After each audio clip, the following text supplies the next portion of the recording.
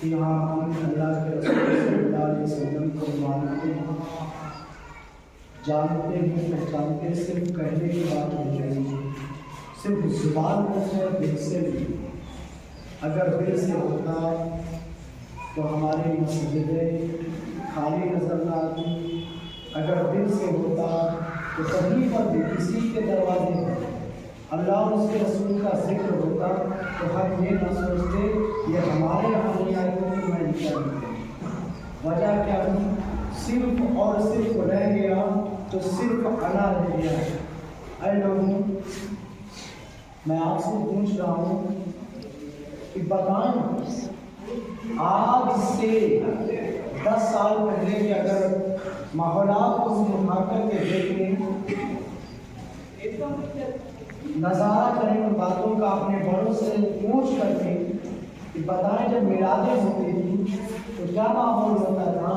تو ہمارے بڑے بتاتے ہیں کہ جب میلادیں پچھلے دور میں ہوا کرتی تھی، پچھلے وقت میں 1 ہفتہ پہلے سے اس کی تیاریاں ہونے لگتی تھی، سبحان اللہ۔ اور میلاد میں یہی ہوتا تھا کہ میرے گھر بلاوا آیا ہے، جب میں پہنچوں گا اور میرے یہاں میلاد کے تو اکیلے آئیں گے تو میں اکیلا جاؤں گا۔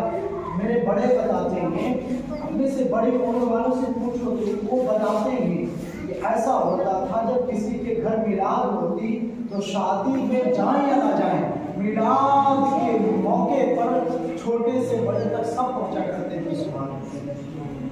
اور آج کیا ہمارے دلوں سے خوف خدا نکل گیا، ہمارے دلوں سے اللہ کا ڈر نکل گیا، جس وجہ سے آج ہم ہر جگہ پر ناکامیاب نظر آتے ہیں، ہر جگہ پر۔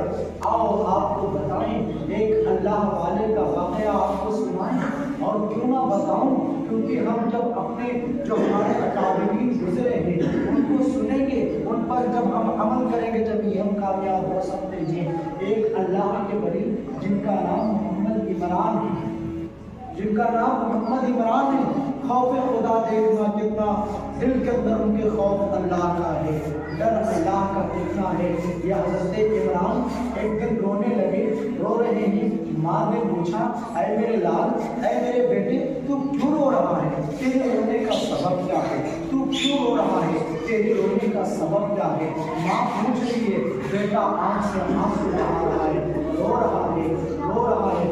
آج کیا ہے، اگر ہمارے گھر کے اندر خوشحالیاں آئیں تو ہم ناچ گانے کی طرف بڑھتے ہیں، اگر ہمارے گھر کے اندر ہمارے گھر میں کسی طریقے سے اللہ نے خوشی دی تو ہم حرام کاموں کی طرف بڑھتے ہیں۔ تو اگر قربان جائیں ہمارے اکابرین کیسے گزرے ہیں، جب ان کے گھر پہ خوشحالیاں آتی تو وہ حرام کاموں کی طرف نہ بڑھتے بلکہ اپنا قدم اللہ کی طرف بڑھا کر کے سجدے میں گر کے آنسو بہاتے اور کہتے مولا تیرا شکر ہے کہ مجھے خوشی عطا فرمائی ہے۔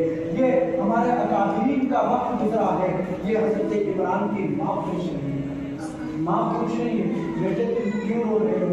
تو انہوں نے بتایا امی دیکھیے خدا کا خوف، کہتے ماں تم میری ماں ہے اور میں تیری اولاد ہوں، تجھے ماں ہونے کا واسطہ، تجھے اولاد ہونے کا واسطہ ماں ایک وصیت کر رہا ہوں، میری وصیت کو پورا کریں گی نا؟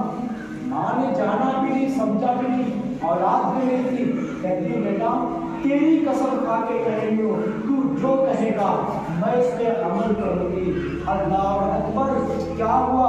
آج یہ بیٹا کہنے کا جا رہا ہے خوف خدا دیکھنے، بیٹا اپنی ماں سے کہہ رہا ہے اے ماں ایسا کرو ایسا کرو، یہ جو زمین ہے، یہ جو مٹی ہے، اے میری ماں اس پہ مجھے ڈالو، اور ڈالنے کے بعد یہ جو زمین ہے نا، جو گرد ہے، اے ماں اس پہ میرا چہرہ رکھو، اور اس کے بعد اپنے پیروں سے میرے سر پر زور دو، میرے سر پر زور دو اور میرا چہرہ اس زمین پر رگڑ جائے۔